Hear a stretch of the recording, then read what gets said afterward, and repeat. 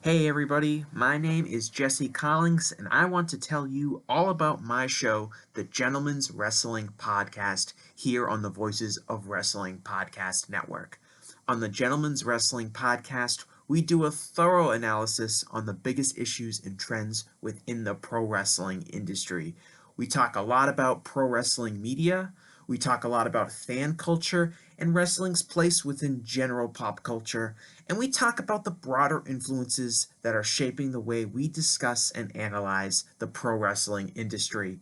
We've had some of the brightest minds in the pro wrestling intelligentsia on the show, including WrestleNomics host Brandon Thurston, both Rich Craich and Joe Lanza from the Flagship Wrestling Podcast, Trevor Dame from the Through the Years podcast, and a whole lot more.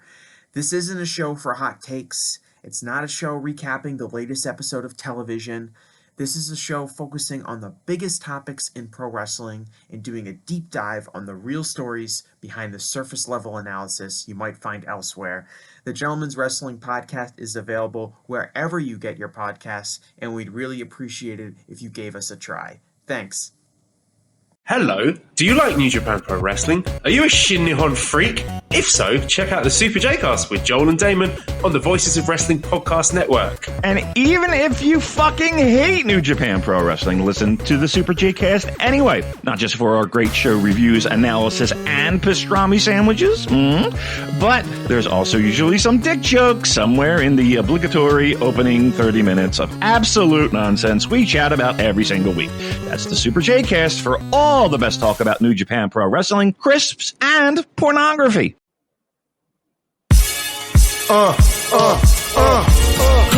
starting to get thick, it's the click, so I hope you work your A game. Amen, no rain from the track when we unite and spit. This is an A game, better bring your A game. Competition starting to get thick, it's the click, so I hope you work your A game. Amen, no rain from the track when we... And welcome to the Mike and JD Show. I'm JD Oliva, and I screwed up the intro because I can never remember how Mike does it. As you can see, Mike's not here today. I'm joined by my good buddy, Scott E. Wrestling, who was our guest last week and so graciously agreed to step in for Mike, who is doing military business tonight. I don't know. I think they sent him on some kind of wet works operation. I have no idea. Scott, thanks for coming in and joining us today. Yeah, I'm happy to be here. Thanks for having me right back. Last week, I maybe have said too much and got myself in trouble, but it's fine. It's fine. I can only imagine I could do it again. I live there. I get myself in trouble constantly on this show, and I'm going to have to eat some shit for it later tonight, which will be fun. So, What's going on with you this week, man? Oh, nothing. It's an AEW pay-per-view week. I gotta get used to these. These happen a lot now, so I'm trying to get them in my head that it's once a month. But I think you and Mike always talk about that on the show really well, of how it's that will work for fans better, right? Because they'll be more programmed. I think that's going to help with the booking. I think it already has helped with booking. Yeah. I know last night's show was pretty divisive, shall we say. I liked it. But I was on some of the Slack channels that I'm part of, and it seems like a lot of people really hated it. It didn't bother me. I think the MJF segment went on for an eternity. But by the end of it, I was pretty entertained. Yeah. Right. So they're really leaning into Max stuff right now. But by the end of it, I thought it was great. I thought the Swerve thing was awesome. I think Swerve's really stepped up and stepped into what's building into a main event heel situation. I think this is a really big show for him. And man, I got to tell you, I absolutely love that show closing angle. Yeah. I'm in total agreement with you. I thought it was the perfect way to sell the show. And I think that's why I loved Dynamite so much, because they were selling you that pay-per-view. Yeah. I don't think AEW does that all the time. I know everyone wants the big, cool matches. I understand that. I like big, cool matches too. I love them. But they really focused on segments to build towards the future with the MJF stuff for both of their shows, right? They pretty much are building the full gear, I assume, with Jay White. I don't think they're just going to give that one away on TV, or at least I hope not. And then with Swerve and Hangman, I thought they ended the show perfectly. I think Swerve is going to be world champion within the next year and a half, I think. I think he's just on this meteoric rise as he should be, and Hangman's the perfect dance partner for what they're trying to do with him. No, I completely agree. I think that sometimes we as fans need to get out of this box that we put ourselves that the pay-per-view has to be main evented by the world champion defending his title, and that this is the way it's got to be. Like I said, I grew up in the 90s and I really liked WCW. I think I made that abundantly clear on this show numerous times over. And one of the things I really liked about WCW was they would mix up what the main event of a pay-per-view was. My second favorite actually WCW pay-per-view was Spring Stampede 1997, which was headlined by Diamond Dallas Page versus Randy Savage. No titles were on the line. It was just a grudge match between two guys who did not like each other, and it elevated a guy from the mid-card into the main event scene. Right? That was a pay-per-view main event. Like, and I don't think it's a bad thing to do that all the time, right? I think that the last pay-per-view we had didn't have that either. It was different. It was Orange Cassidy and Moxley was the main event. And I think that's okay that we're kind of mixing these up a little bit. Like, Max is doing Max stuff, and it's over. It's working for some people. Some people hate it. What I like about it is that it's not the entire show, right? It's not the tone of the entire program. This is what you're going to get with MJF and Adam Cole. Or, I don't know, maybe just MJF now, depending on Adam Cole's foot's going to be. Yeah. But the rest of the show still feels like Dynamite to me. And I know that bothers people. I know that people get upset if they don't get just straight hardline wrestling for every segment. Like, but I kind of like it. I mean, last week's show was all wrestling, bell to bell, wall to wall, dudes beating each other's asses. It was great. But this week we kind of slowed it down a little bit and we told, quote unquote, some stories. And I thought the promos were fantastic last night. Me too. I think a lot of people with AEW, when they think of, the different brands from WWE, they think it has to be so much about the wrestling.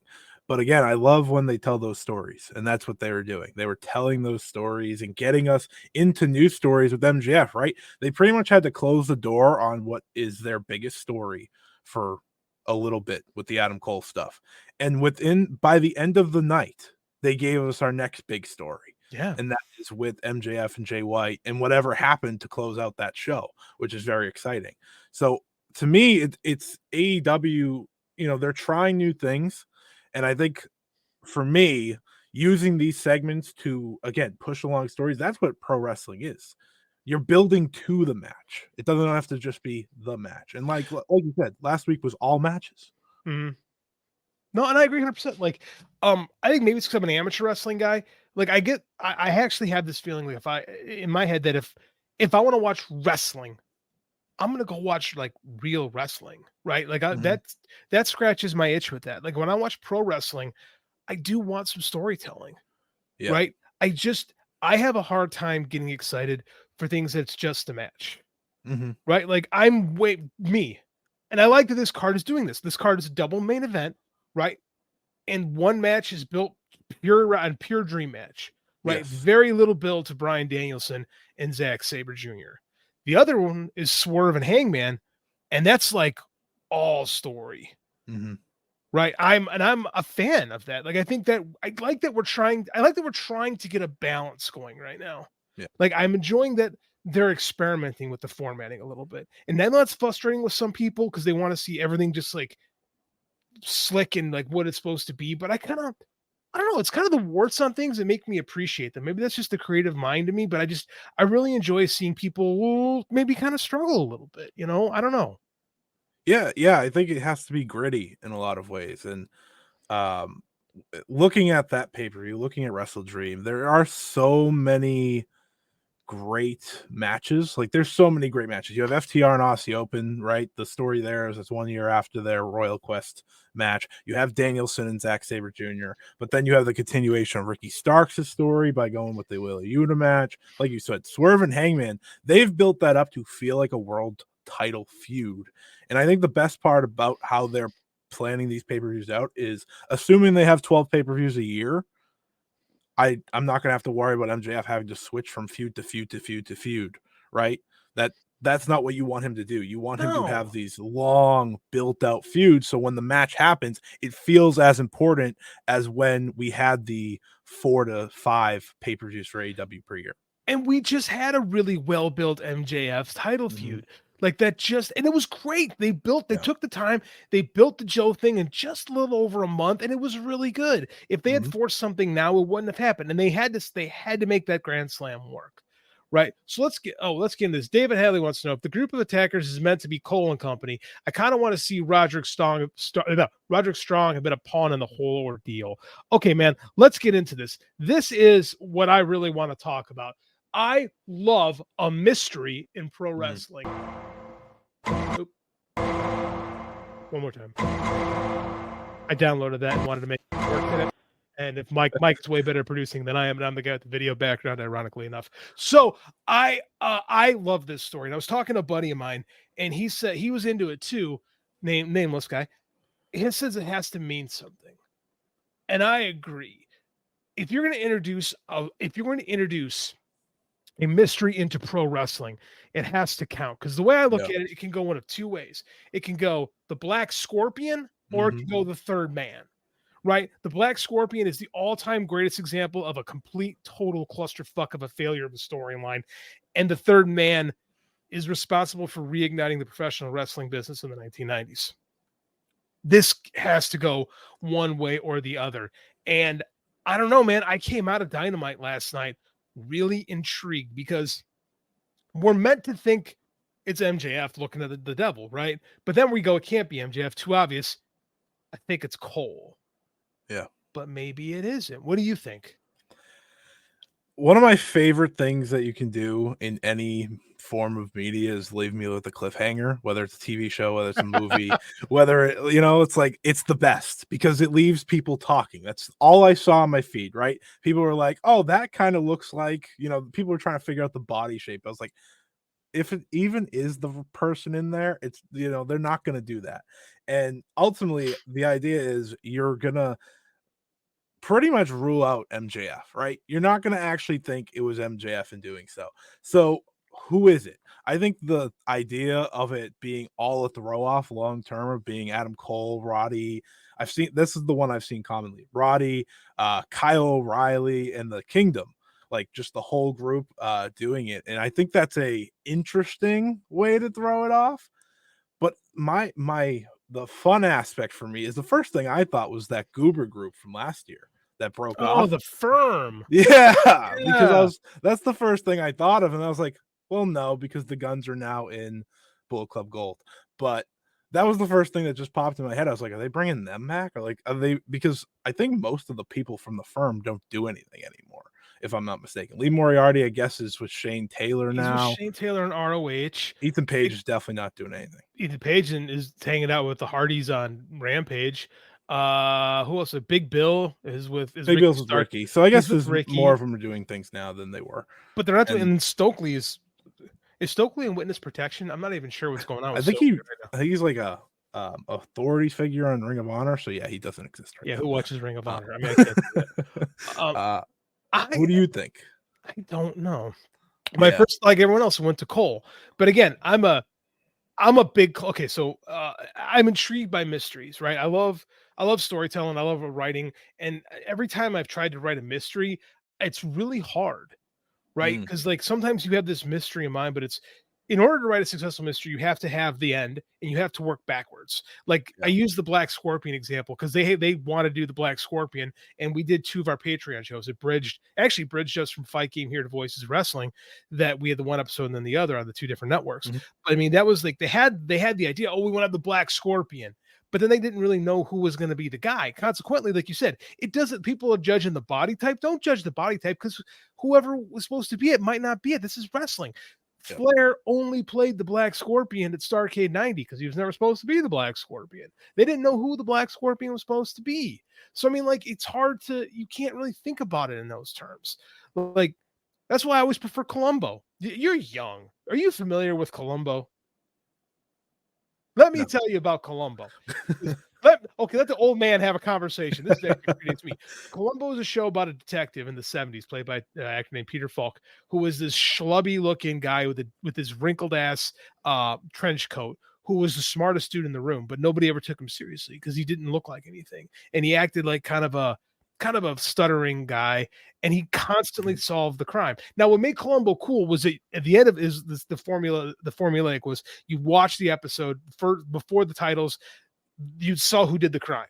So you knew as the audience, you knew who was responsible the whole time. Yeah. And the whole fun of the show is watching Columbo figure it out. Those stories are way easier to do than the actual mystery. I mean, I read a mystery book last year by an author. I'm not going to name his name because I don't want to bury the guy publicly.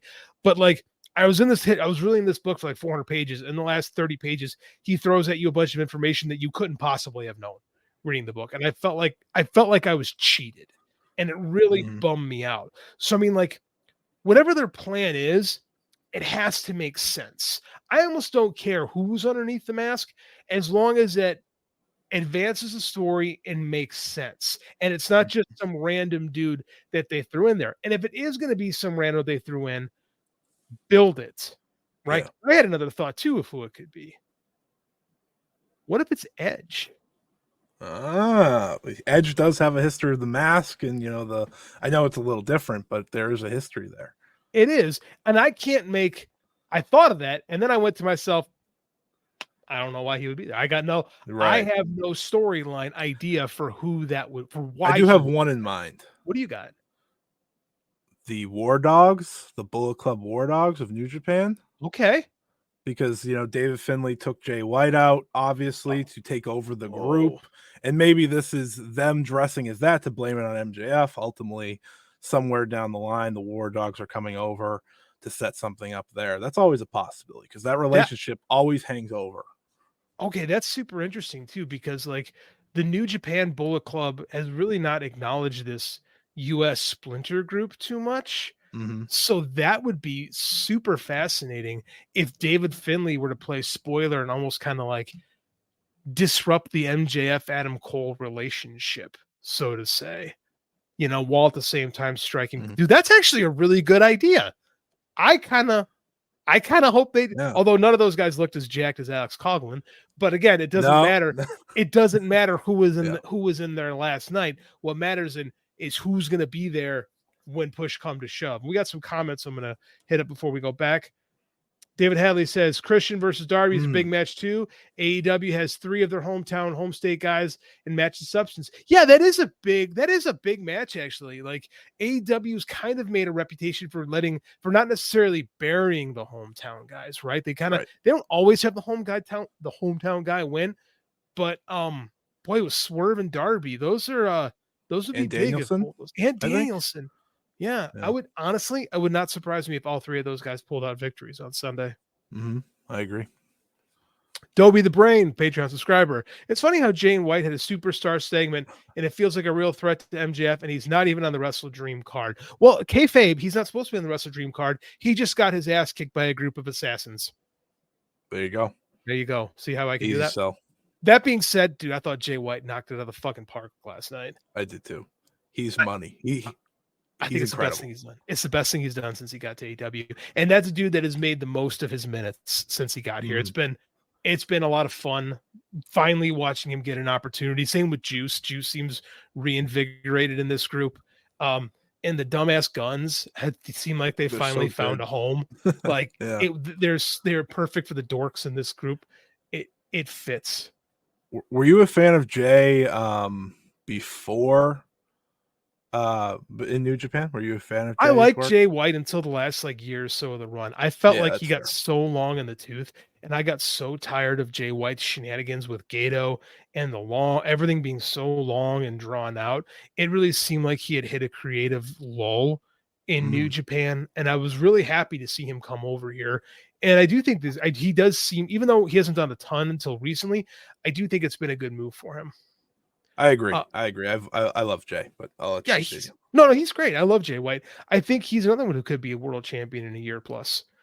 He's absolutely a guy. Him and Swerve are guys his company needs to start focusing toward building. Right. We need to start elevating the next group, and it seems like kind of what's happening here with Swerve and Jay White and Adam Cole and MJF are already there. So it seems like we're starting to shift into the next wave of main event talent, which they have to, because most of the main eventers are either going to WWE like CM Punk have been fired, or they're in their 40s. Exactly. on my podcast, sorry, I tossed out these 4 for MJF. It was Takeshita, Sure. obviously, down the line. Jay White, because that just felt natural. Swerve, which I think we'll get to, and then Ospreay when, I think he inevitably signs. So here's what makes all 4 of those work is that now we have a completely new version of MJF. We have babyface MJF, right? So it totally refreshes what he can do. And say what you want, you might not like his WWE-esque presentation, but the fucker's over, right? You go into the buildings and the guy is over right now. So I think you just got to steer with what works, and something's going to catch on. Like I said, I think this masked man story could really work. Like, I think if they draw the intrigue right, leave some clues, like really bait a hook, I think this could be something. Hiru, I hope I'm pronouncing that right. Hiru says, if the end game is Cole winning the AEW title, does TK trust him given his injury history? I don't think that's the end game, because Adam Cole's going to be out for a while, right? Like, he broke his ankle in 3 places and tore some ligaments. Like, that's a surgery. I mean, like, if he's back in 4 to 6 months, I think that's a conservative estimate. Unless it was a lie and he's the man in the mask. Yeah, I thought about that too.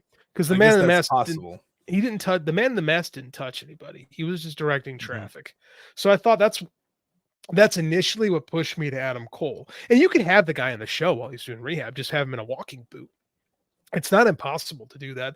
Now, does Tony Khan trust him given his injury history? The dude got a concussion. You can't control that. You have Bryan Danielson headlining this pay-per-view, who famously had to retire from having concussions. Right. And then Adam Cole, what are you going to do? Like, the guy, it was an accident, right? Dudes break their ankle. Like, it happens. I mean, like, I don't think you can fault that. Here's what's reality about sports. Anybody can get hurt doing anything at any given moment. I was wrestling with one of the kids on last Monday and my hamstring popped, right? Stuff just happens. So you can't worry about whether or not someone's going to get hurt.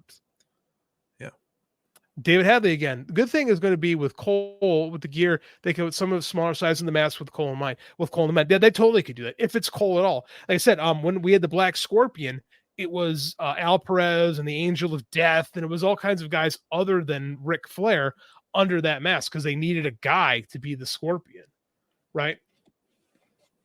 David Hadley. The only U.S. splinter group that's acknowledged is the Little Bullet Club Camp and Impact, ABC. Right? ABC. Yeah. I always forget they're part of Bullet Club. Because they don't seem like it, but they are. Like, it's Impact, man. Yeah, that's true. And finally, Christian would be a good opponent for MJF too. Is MJF's dad dead? I think he's alive and well. So I don't quite know if that fits in. But let's be real right now. I think Christian Cage is doing some of the best work of his entire career. When he has the cage part added to the end of his name, he's usually doing some of the best work of his career. I agree with that. I always thought, again, brace for impact guy. I always thought that Christian Cage was significantly cooler than just Christian. There was just something about Christian outside of the WWE that made him far more interesting to me. Like, I just thought his Impact run was so much more interesting than anything he was doing in WWE. Like, I'll take those 2.5 years, and I don't think he was really happy with them, but I'll take those 2.5 years in Impact over what he did for a good chunk of his WWE career. And I love this one too. I think he's been great for AEW. He was the great veteran babyface when he first came in, headlined the biggest show they've ever had, right? All Out 2021. And now he's far and away the most interesting heel who just talks about your dead dad and, tries to get on your mom. Like, what? He's a walking mom joke. It's the best. So Edge is going to be the savior in that, right? Okay, honestly, because I think from a little birdie that I know, the rumor, and we might as well talk about this right now because I want to get your thoughts on this while we're here. The rumor flying around is that Adam Copeland and Mercedes Moné have signed with AEW. I think the Mercedes one's been known, right? They put her on the biggest show. They put her on the biggest show of the year, like. But that's like officially. Like, I saw that today in certain Slack or certain Discord group, and what do you think about that? About both those signings? Because I think they're vastly different signings. They are. I think Edge is a good veteran to add. He's a good leader. He's from everything that I've ever read and ever saw about Edge, he's like almost the opposite of my guy CM Punk in that, he's gonna help people. He's not gonna anger people backstage all the time. He's not gonna take over that big time role either. And it looks like he just wants to have this, final run the way he wants, right? So, like, to me, that's why Edge is coming here. On the other side, Mercedes Moné, I think I said this last week I was on the show. You have to dramatically change the women's division if you sign Mercedes Moné, because again, she's going to be top 5 paid in that company, and she's not going to be 5. Like, she is going to charge a lot. She's going to demand a lot of time, and she's going to be one of your biggest draws just based off of history. She was always one of the biggest draws on SmackDown. She was oftentimes a bigger draw than Roman Reigns. I know WWE doesn't want to know that, but she was. I know, but she dramatically changes a lot of things. Edge is just a great veteran to have, I think. I didn't love his most recent WWE run, but a lot of that was also ruined by COVID, so I don't blame him. That's true. For some of it. That's true. I think a lot of it too is just the WWE-ness of everything. We've never seen what Adam Copeland is like outside that environment. Part of what makes Christian Cage so cool is we've gotten to see him dabble in a different place. Like that Impact run really showed what Christian Cage can do. And after so many years away, WWE didn't bite on him. He comes to AEW, plays 2 vastly different characters, and plays by the rules, man. He went to Impact and helped make Josh Alexander. Yeah, like he's done some really great work here. I want to see what Adam Copeland could do in a different environment where he's not weighted down by what WWE is, because people are different outside that organization. Like, look at Bryan Danielson, look at Jon Moxley. Like, these are guys who are completely different now that they're away from WWE. Look at, like, even Claudio Castagnoli. Like, he looks like Cesaro, but there's an intensity to this guy that we just didn't have for years in WWE. And he had great matches. I love Cesaro, don't get me wrong, but Claudio's a different dude. Yeah, right. Let's see what Adam Copeland can be. By the way, Edge famously raised by a single mother, so take that for what it's worth. Oh boy. So you mentioned Mercedes Moné. I'm gonna change direction a little bit. WWE this week announced they signed Jade Cargill, and they rolled out the red carpet for her. Right? They treated her like a star. So that's my question. And now, like, this brought up this really interesting kind of conundrum in the spaces that we guys like us like to hang out in, where people were like, man, AEW really dropped the ball with Jade. They just didn't do anything to make her a star. And like, I kind of went a little viral. I surprised myself. I had like hundreds of retweets and likes in a post, and like, I say random stupid shit all the time. You just say your opinion. That's what you say. That's what I do. I just say, in the middle of class, I'll have a random thought, just jot it down and shoot it off. And sometimes it kind of takes on a life of its own. I just said that it's okay to admit that AEW made her a star, because they did. WWE is treating her like a star. They're not segregating her just to NXT, right? They're rumored 7-figure contracts. Like, it's okay to say AEW made a star and WWE can make her a bigger star. Like, I'm not crazy by conflating those two, am I? No, not at all. She has like this can't miss aura about her, and without being in AEW, that doesn't happen. Without going on an undefeated streak, that doesn't happen. Sure, we have the complaints about the undefeated streak and how it was handled. That's fine, but she was made a star because of it. Right. And I think her biggest problem was just how AEW's schedule is. Like, she just wasn't going to get the reps there. And that isn't anyone, like, that's just how it goes. That's just the way AEW is molded. So I think moving forward, maybe it'll be very interesting to see how many athletes they bring in as opposed to ready-made wrestlers, because I do think that can be a problem, right? They can't bring in necessarily, like, I mean, I think the Creeds, for example, they would be fine wherever they went just because they have that natural wrestling background. But you bring in Braun Breaker, right? Former football player, for example. Would he be able to become what he has so far in AEW? Maybe not. But either way, back to Jade. She was made a star in AEW, and WWE sees that and says, okay, she's going to be an even bigger star here now. Because they can make their crowds agree to that. That's what they do. Well, she's repped by Endeavor, right? Yep. She's a Cody Rhodes protege. Like it just makes sense. And like I think she fits their mold better than she fit the AEW mold. And I'll be honest with you, I don't think AEW should go after athletes. No, I don't. I agree. Look at Anthony Ogogo, right? We haven't seen, he's still under contract by the promotion, and we haven't seen him in well over 2 years. Yeah. Right? Like I just I don't see how you do. AEW is a TV company. Their job is to make TV shows. You don't develop well in this company, right? Especially, excuse me, especially some of the male talent. Like they sign for the male talent, especially because there's so many.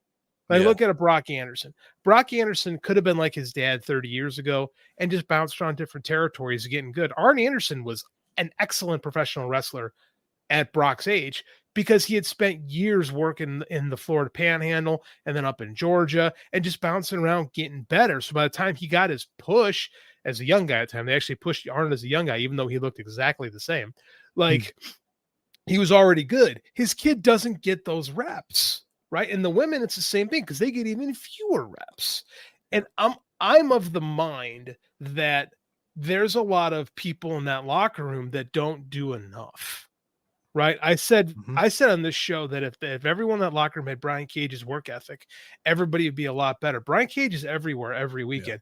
He just either worked for Progress or Rev Pro. I forget which one. I think he just did Progress. Yeah, Progress. So Brian Cage is out there doing Progress on his own. Brian Cage does Warrior shows. Brian Cage goes and does AAA. Brian Cage is everywhere under an AEW contract. So he wasn't being, even when he's been pretty active the last 6 months or so. But before that, he went through a period where, like a fallow period, he was everywhere. He was everywhere working. We don't see that enough from these people who pick up these like essentially developmental AEW deals. Like maybe Brian Pillman, who just had a little promo time in NXT this past week, a little vignette time, I should say. I don't think he got, I know for a fact he didn't get much better, but at the same time, it's like, well, where were you, man? What were you doing extra? I know they took those Varsity Blondes took a few extra dates, but why aren't you banging the doors on those indies? Right. Yeah. And I know Tony Khan doesn't want people to lose, but I mean, hell, man, put the Varsity Blondes in there with some freaking young guys, right? Yeah. Let them beat some dudes up, get them on a show, like make it work.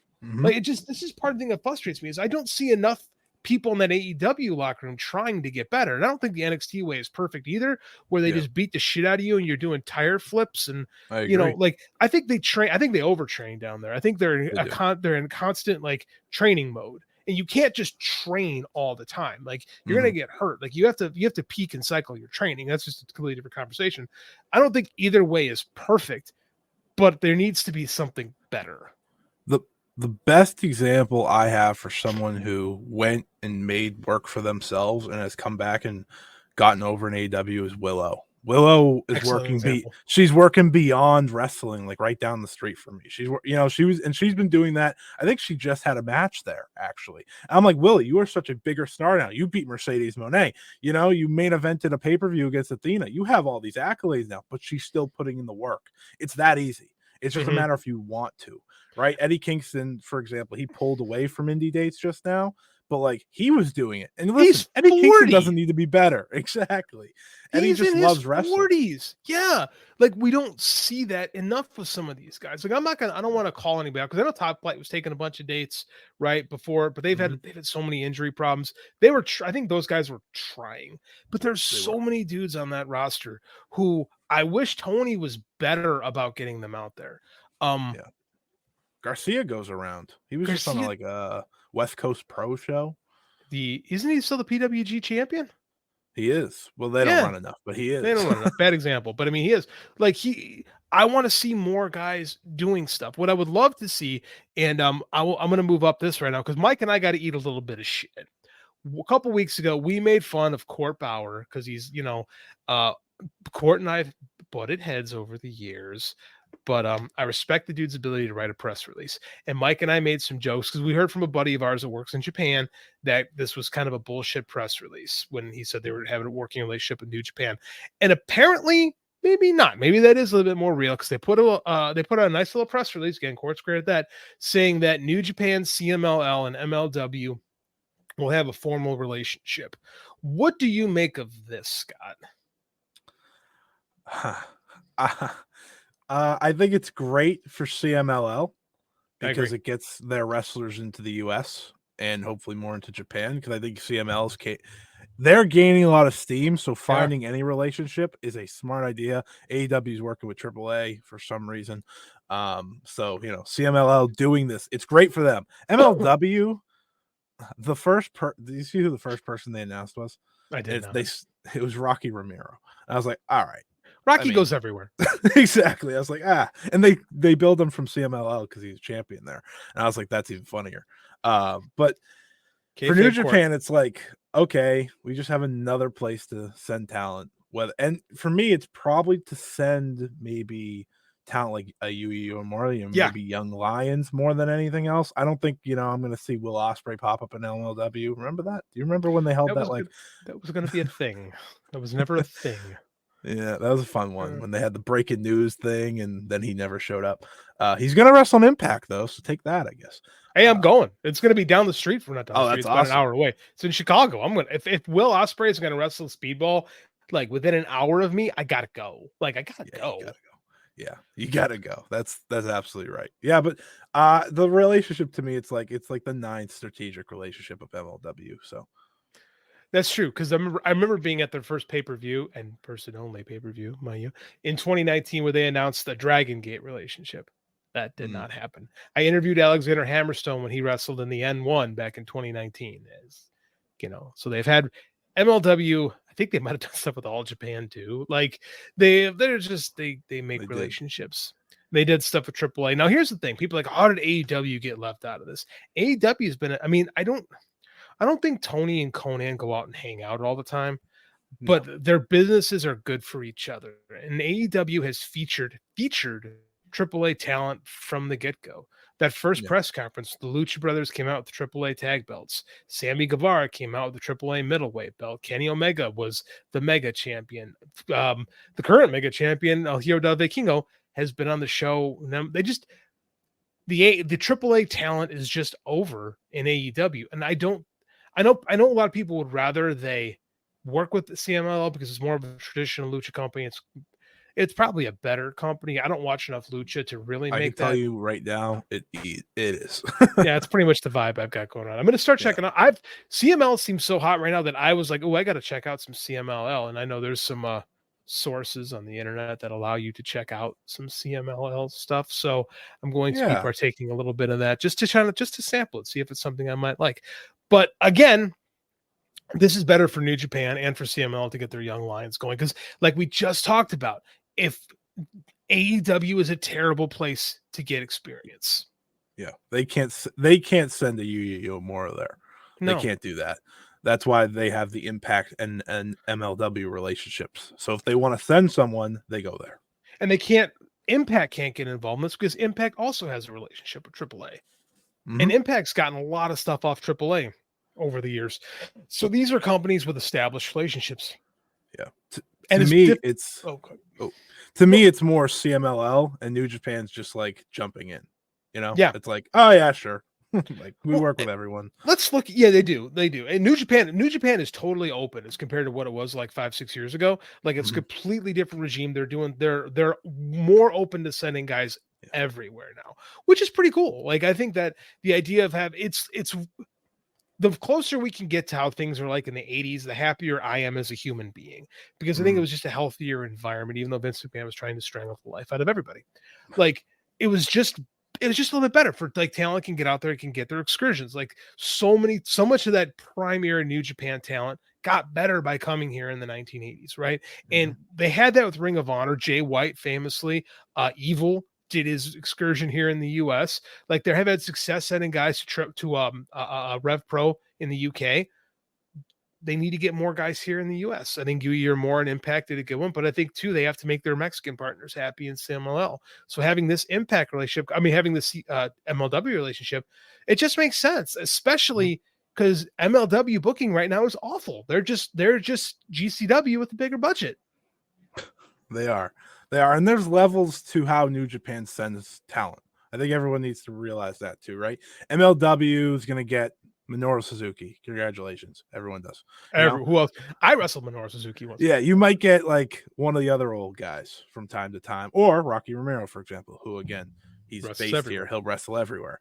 Impact will get the next step, right? They'll get Kenta or Leo Rush. Like that's a good place to send talent like that. And then AEW gets the main event stars that they want. You know, that's just how it works. And I think everyone's happy with that setup because you know what? People still like to see Minoru Suzuki. Minoru Suzuki versus Jacob Fatu is at their next pay-per-view. I'll probably check that out because that's a pretty cool match. You know, it's like things like that. Oh yeah, and quite frankly, Jacob Fatu fits in a place like New Japan. He's got some priors. That's the thing about Jacob Fatu. So it's going to be really hard for him. That's why he's not working with his family right now. Right? He's a problem hire, and it's probably why he hasn't jumped on with AEW either. But Japan doesn't care what you have on your resume. If you they show don't up, care. they don't Just care. show up. Like it's not a business run by the Yakuza anymore. That doesn't happen. But so if we can get Jacob Fatu going a little bit, I think he would get over in New Japan in a heartbeat. I think Alex Hammerstone is a guy who could really impress some people in New Japan, and that's pretty much it. I would say in MLW, there's nobody else that I'd be like, yeah, it's not a terrible roster. I love Mance Warner. I don't know how Mance Warner fits in New Japan. Yeah. I mean, just realistically speaking. Yeah, overall, it's a relationship that works for all sides in different ways. And I think that's the best way to look at it. CMLL now has a partner to get into the US that isn't just New Japan. Yeah, which is good because let's be real. The CMLL talent is not known to the American audience right now. So it's going to take a while. I mean, like Mystico would be pretty much it. Yeah. And he does not have a great reputation from his time in WWE. He just doesn't. I was watching some of the stuff though with highlights with my kid. My kid loves the Scooby-Doo WWE movie, so he thinks Sin Cara and that thing is the coolest thing in the whole world.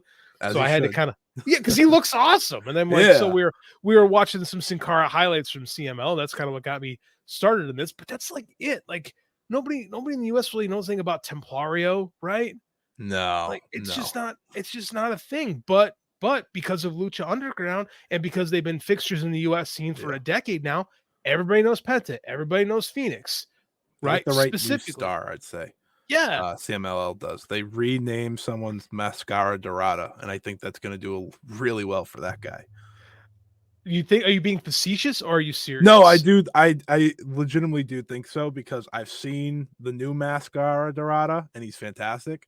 I think people may have just forgotten Metalik by now, truthfully. He's kind of a shell. Like, I don't know if going to WWE wound up being the worst thing for him because he does seem like a shell of his former self. Like he just, it's a shame. It really is because a lot of what made that, because I remember when that guy came over, right? For the Cruiserweight Classic, everybody went, oh my God, Mascara Dorada in WWE? What's that going to be like? And for like 6 months, it was really cool. Yeah. And then he just, I mean, they kind of, I don't know if they went as far as to do like the Mexicools with him, but I mean, like, wasn't far off. Lucha House Party was pretty bad. Is awful. Like it was, the only difference is they didn't put them on lawnmowers and let them keep their masks. Right? I mean, it wasn't like anyone gave a shit about him. And now he just seems like his confidence is shook out there. Like he doesn't seem like the guy he used to be. It's sad. He went back to CMLL and they didn't want him back because he pretty much like wasn't the same guy.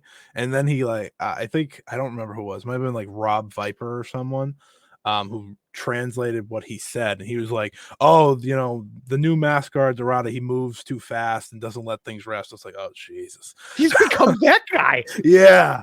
It sounds like Harley Race. Like, I mean, this is it just goes to show you that no matter where you are in wrestling, the young guys work too damn fast.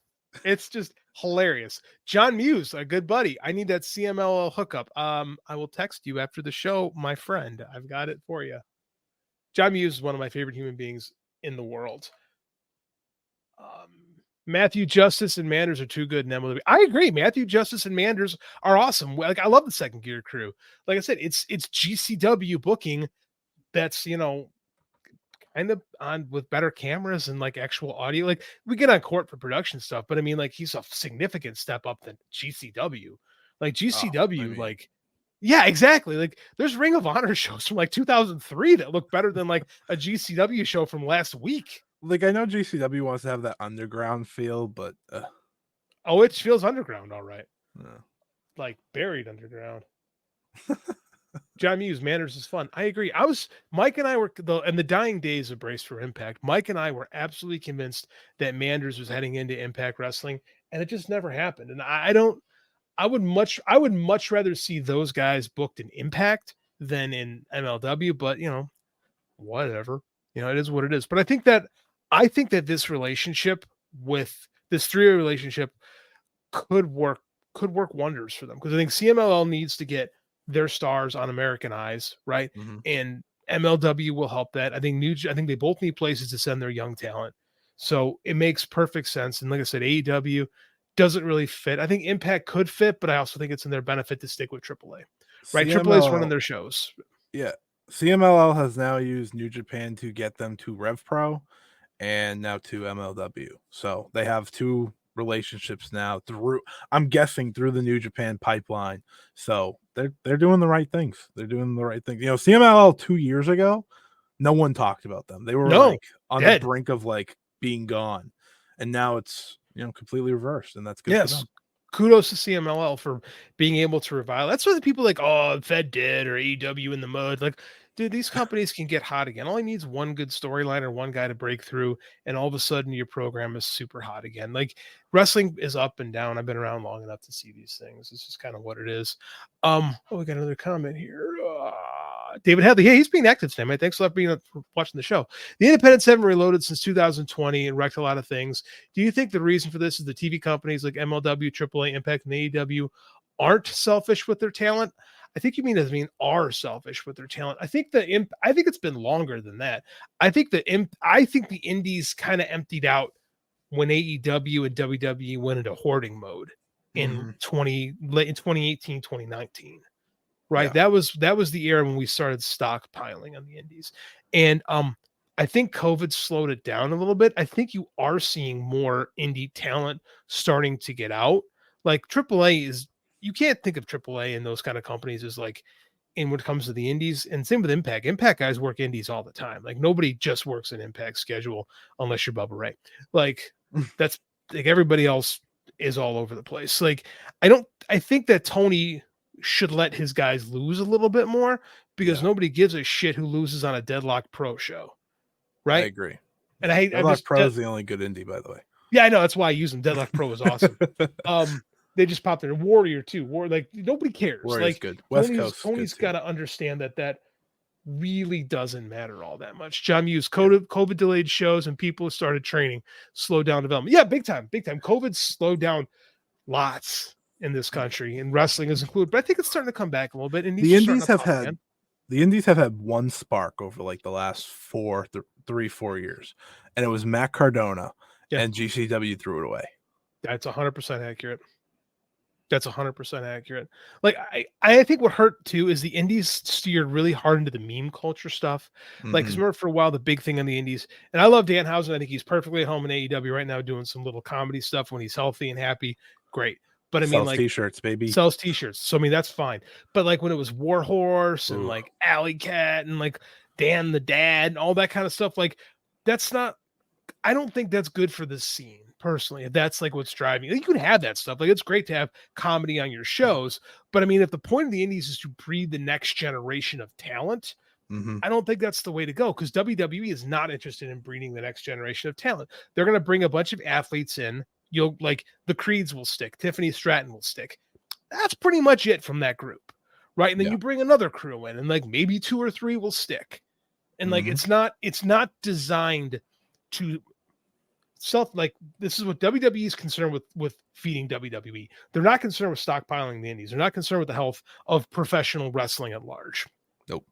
So they're going to get guys that they're trained. Their mindset is, I'm going to be a WWE guy. When WWE cuts them, they're donezo. Yep. So the indies have to kind of replenish themselves. And unfortunately, because we're not in talent hoarding mode, but now it's still like Daniel Garcia, he started getting big, boom, got picked up, right? Anytime someone starts getting a little bit of steam underneath them, they're getting snatched up, which isn't great. but that's kind of the nature of the beast right now. Warhorse is a meme wrestler, but also a very good wrestler. I see him do some amazing work. I can't say that. Every time I've seen Warhorse, he's been fine. And when he got his big shot in AEW, he didn't look very good. And like people were like rallying back in the COVID days, like people rallied to get that match happening, and it did. And he's like the only guy that they brought in that didn't get signed, and it wasn't great. I think Warhorse is a fine indie worker.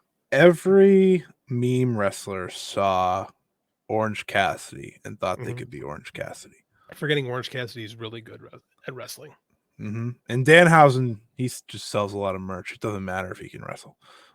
He's really good at being a meme wrestler. He is. Right? He's really good with kids too. Yeah, I mean, like it goes a long way. He's different. Like Danhausen. Yeah, he is. He's like a Can't character crack from that code. No, he's unique. Like I was trying to explain to my wife. I'm like, he's a Simpsons character, right? Like he's like a Simpsons character brought to life, and like he's just something different, right? And it's like you can't try to emulate his success because you'll fail, right? It's not good to try to be the next Danhausen. So we have Nakajima has left Pro Wrestling Noah.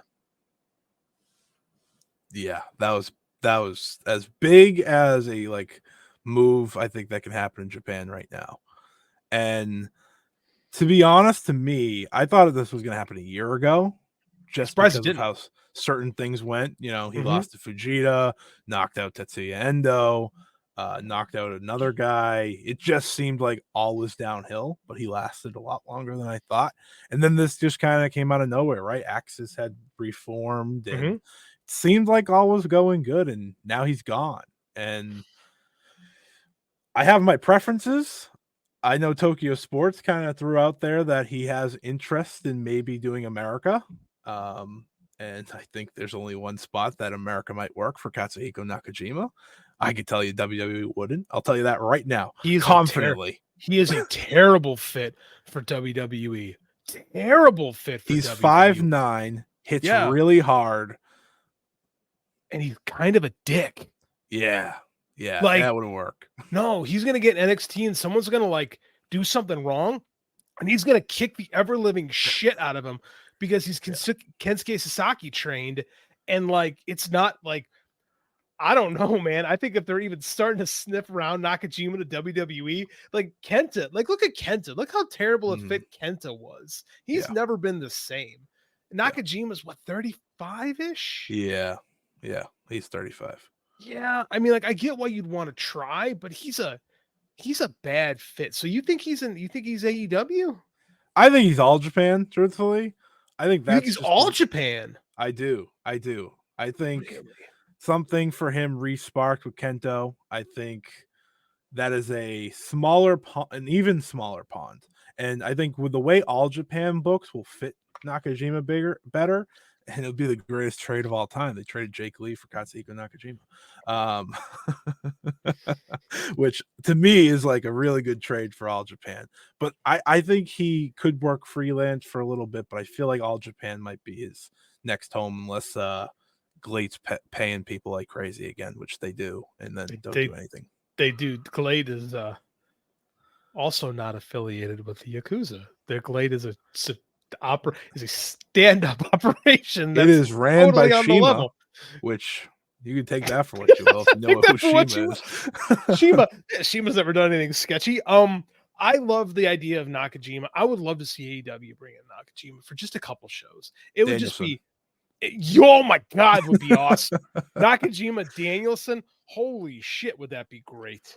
I would oh my god, I would love that. Now the rumor I had heard is him to New Japan, and I was wondering how that would kind of go, because like he would kind of freshen up some of the top of the card, like another veteran level guy who hasn't been there since 2016.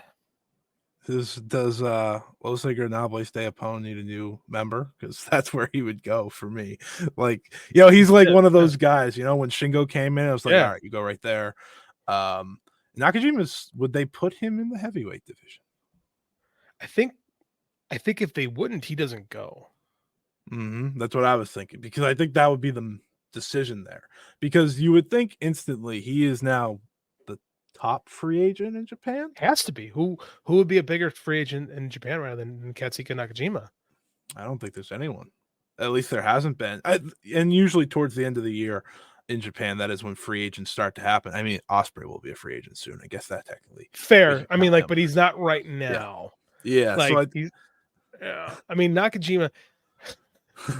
No comment. That just ruined my train of thought. Yeah, same here. That's why I had to pull it up. I'm like, oh, that's some deep cuts right there. I love the idea. I would love to see Nakajima come in just for a little bit again because he's so different than he was in 20. Like he did the 2016 G1.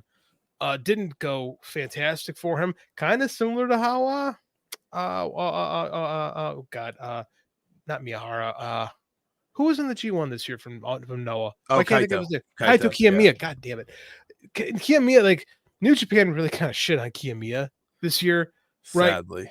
Like he's excellent, but they really kind of treated him just like a dude, right? Mm-hmm. Like, I don't know.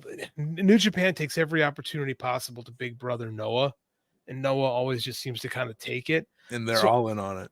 Oh, yeah. And they're like, yes, more. We'll take it. They sent their young lion there. That guy's probably going to beat like half the roster. Oiwa? Probably. I think it's Oiwa. Yeah. That guy's good. That guy's going to be good. They're printing out young lions right now.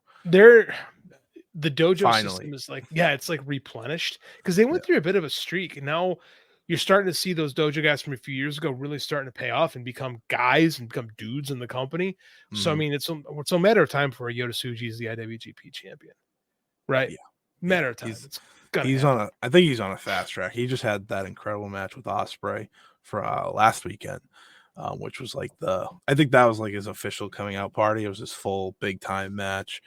But yeah, New Japan's so stacked that it's like, do they need free agents? Maybe. And I'll talk to you about this, and I guess this is a little off topic. But I do think New Japan's going to be in a very interesting spot now because there is a very, very likely scenario where AEW takes back-to-back years their top international talent, right? Jay White and now Ospreay. Mm-hmm. They're just better to lean on their Japanese guys more and more right now. And if they were to sign a Nakajima, for example, I think that would be an interesting addition to offset the loss. You can't offset Ospreay because, again, the international aspect and what that brings in for certain crowds. But still, I think they have to get creative right now. And I think a guy like Nakajima, the continuation of pushing their not young lions anymore, but their new future guys, that is pretty much how they do it. The thing about New Japan is like this happens to them, right? Oh, yeah, they're used to it. Yeah, Fergal got real big. He went to WWE, and they pop AJ in, right? AJ works as their top international guy. He's out. Kenny steps in, right? Kenny steps out. Boom, there goes there's Jay White. Boom, there goes Ospreay. They kind of do this. Maybe David Finlay is the next guy. I think DJ Carl, they had big eyes for if he could have just been a little more patient, but now he's DJing it up at Club NXT and looking fantastic. So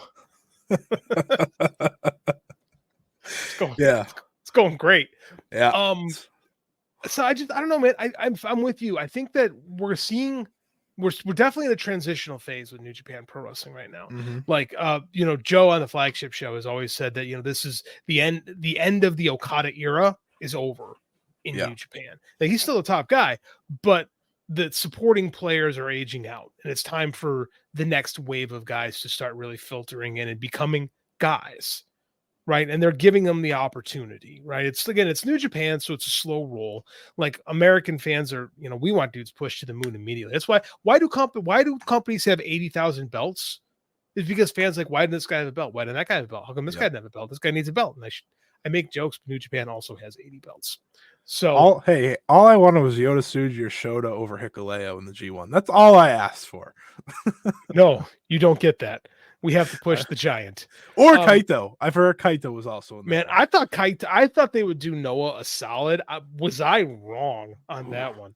That was some you don't matter booking if I've ever seen it. But Kaito Kiyomiya's, someone should write a book. It's not gonna be me. I don't want to write that book about how that guy has just been big brothered by everybody. He gets that title run in 2019 and just is totally not ready for it, right? Mhm.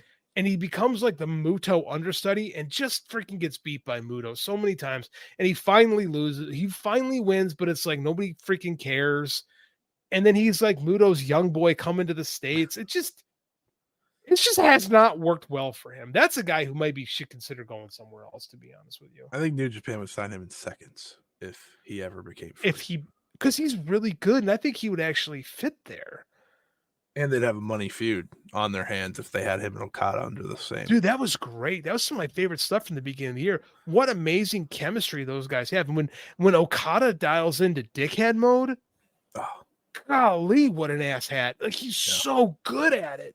yeah, That's fun. It was his best version of him since the God run that he had a few years ago.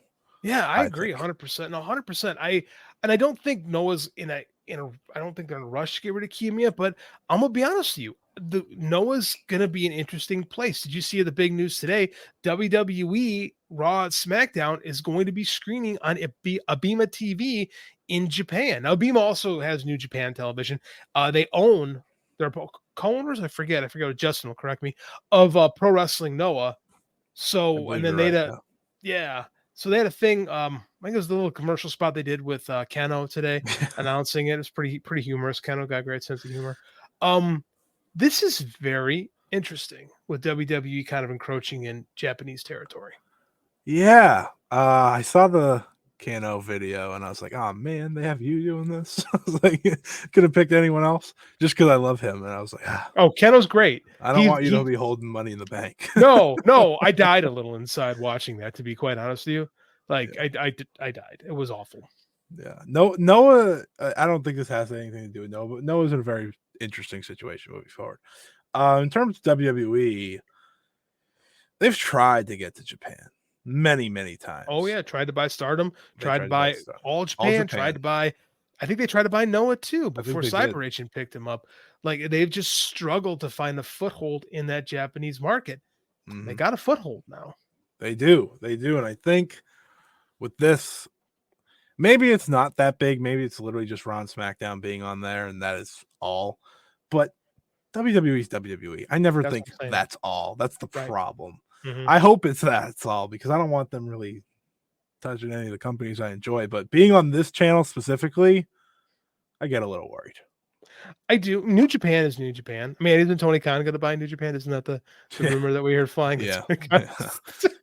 Bushiroad's just going to be like, yeah, take this. Here you go. It's hilarious. Like, do Americans realize how difficult that is for an American to buy a Japanese company? Like, that will just no. My reasoning was Tony Khan just said, like, the other day, his life's like terrible because of Collision. You want him to buy a company in Japan? Yeah. Yeah, that's just hilarious. But they have tried to make NXT Japan a thing for a long time. And I hope against hope that we don't see like a Noah become NXT Japan or something like that. Although it is interesting to me that Noah's sister promotion DDT has a relationship with AEW, and there potentially could be something between. And this has been brewing, I think, for a bit since the Shinsuke match, right? Mm-hmm. Like, when I saw that, I was like, this is interesting. They put Muto in the hall. They want something back for that. There's something, like, and I thought it was just Muto going to the Hall of Fame. Like, that's just not them, man. That's just not how they operate over there.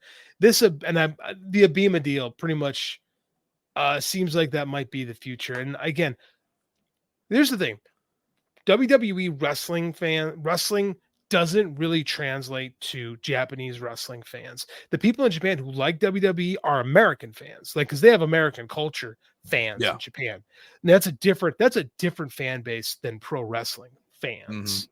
So I'm super curious to see how Raw and SmackDown do on a network that also one screens Noah and New Japan. Like, how does it fit in there? That's going to be a story that I want to watch play out in 2024. Because WWE they just don't walk into a place and go, oh, we'll just hang out here for a while. And they don't have virus plans. No, they don't know how to do that. Everyone saw the UK scene get destroyed essentially by WWE. I mean, Mhm. don't get me wrong, the UK scene did a really good job at destroying itself later on, but my point remains. They did a Two-fisted really good attack. job. Mhm. Yeah. And going to Japan, I think it's still very different because, like you said, WWE isn't just gonna like make fans there. I just don't think that's how it is. Because if you like pro wrestling, you like pro wrestling, you like New Japan, you like Mhm.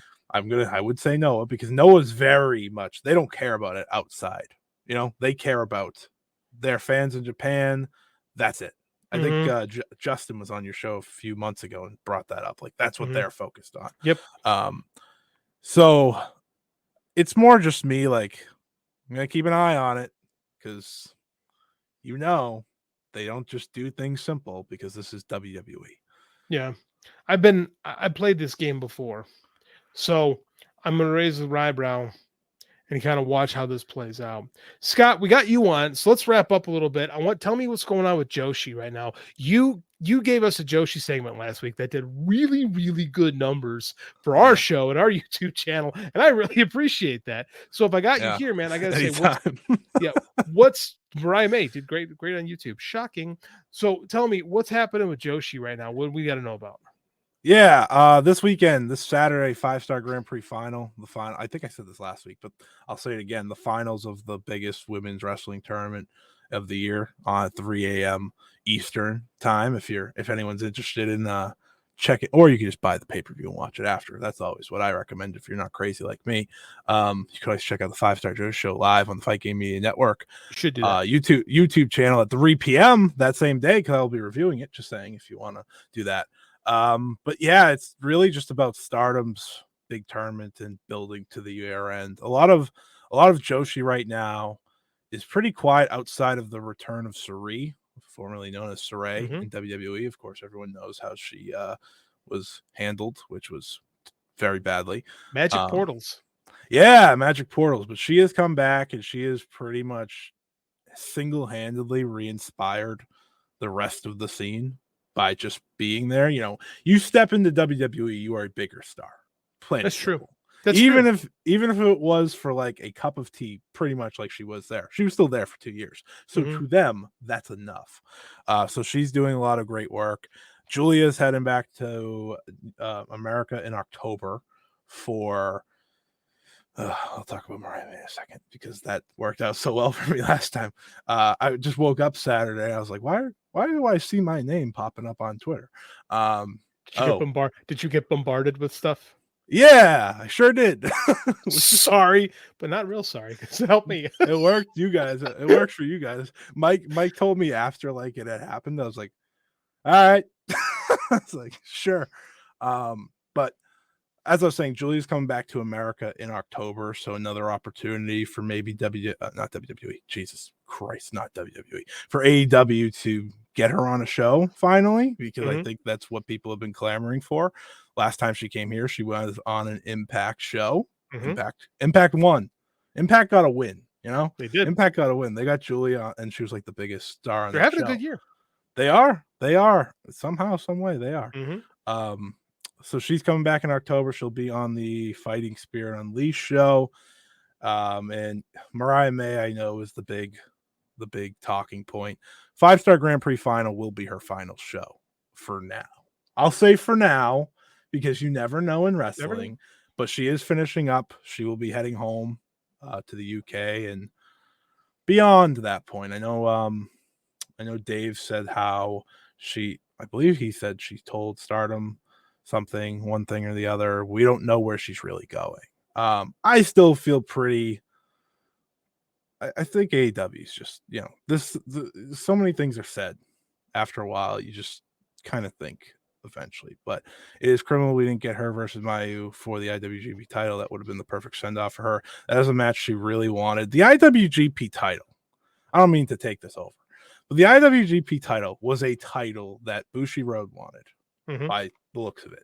Stardom didn't want it. New Japan clearly didn't want it. You saw the minus under 6 minute match at Wrestle Kingdom between Kyrie and Tam. To me, I don't think either side wanted it, and that's why it's not defended. The strong women's title is different. because that title goes to America, and that title's kind of just, that title doesn't have IWGP hanging over it, so it can just be freely defended. I think it's really tough to just defend the IWGP name, and I think that's why like Mayu, since beating Mercedes Moné for it, has defended it once. That was in April. Really? Yeah.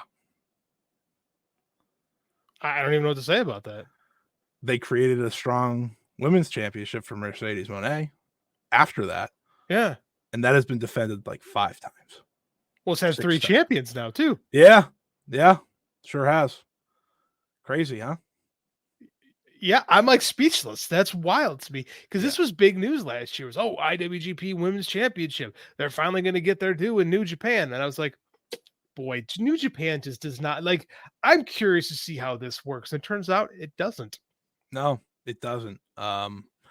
It is a title, like I said, that you put the IWGP letters on, it becomes prominent in that standing. Otherwise, the strong women's title, I think, is handled a lot more like they wanted that to originally be. And it's on Julius, so that probably helps. But I don't know. That's about all I got for Joshi. If you want to check it out, if you want to check out the best of Stardom, it's this Saturday. That's going to be your best bet to dive in. There's been a lot of injuries, but it's still one of their best nights. They put it all together. And yeah. Scott, tell them where they can find you on socials. Yeah, if you can find me at Scott E Wrestling on Twitter, X, whatever you prefer to call it. I don't think I'll ever call it X first. Twitter. Yeah, it still says Twitter on my computer. So as far as I'm concerned, it's twitter.com. And then, check out the Fight Game Media YouTube channel this Saturday. I will be going live at 3 p.m. Eastern to talk about the 5-Star Grand Prix finals. And I've been reviewing. I have a preview up on voicesofwrestling.com. I don't know if there's any other previews out there, but I'll say it's the best preview in the business. I guarantee it is. I put a lot of work into that thing. So go, it sets it all up for you. It tells you the scenarios, the matches, my prediction that I'm not all that confident about for once, and the matches you need to check out from the tournament. I even did that. I cut out the fat, so you just have to watch like 5-6 matches if you're interested. There is no American that is as tuned into what's going on in the Joshi scene as Scotty Wrestling. This man writes amazing work for stuff that I don't follow, but I read his work because it's well done, it's well researched, it's well written. I can't say enough good things about him. Happy you're on the show today. Make sure you follow us at the Mike and JD Show here on the Voices of Wrestling Network. Make sure you follow Mike and JD Show on YouTube too. Make sure you check out our Patreon page, Mike and JD Show on Patreon.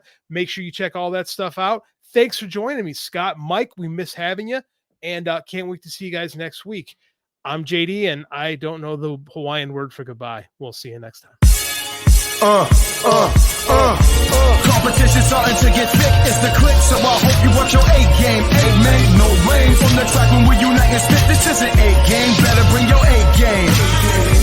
Competition starting to get thick, it's the click, so I hope you work your A game. Amen, no rain from the track when we.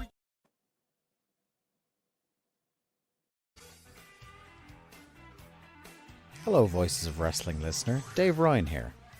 Have you ever wondered to yourself how many hidden gems are hidden away inside the last years of World Championship Wrestling? Have you ever asked yourself how many tenuous gags can be made about the name Mike Enos? And have you ever thought about what it sounds like for 2 Irishmen to interpret a very chaotic company through its B show? The answers to all this and more are just a click away. Check out Days of Thunder every second Thursday on the Voices of Wrestling podcast network.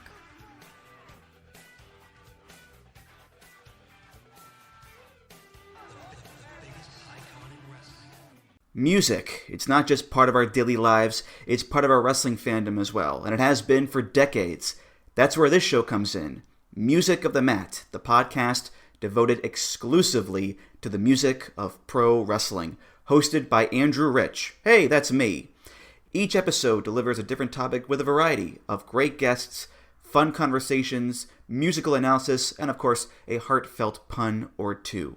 New episodes drop every other Tuesday on Apple Podcasts, Google Podcasts, Spotify, or your podcast app of choice. Check out Music of the Mat only on the Voices of Wrestling Podcast Network.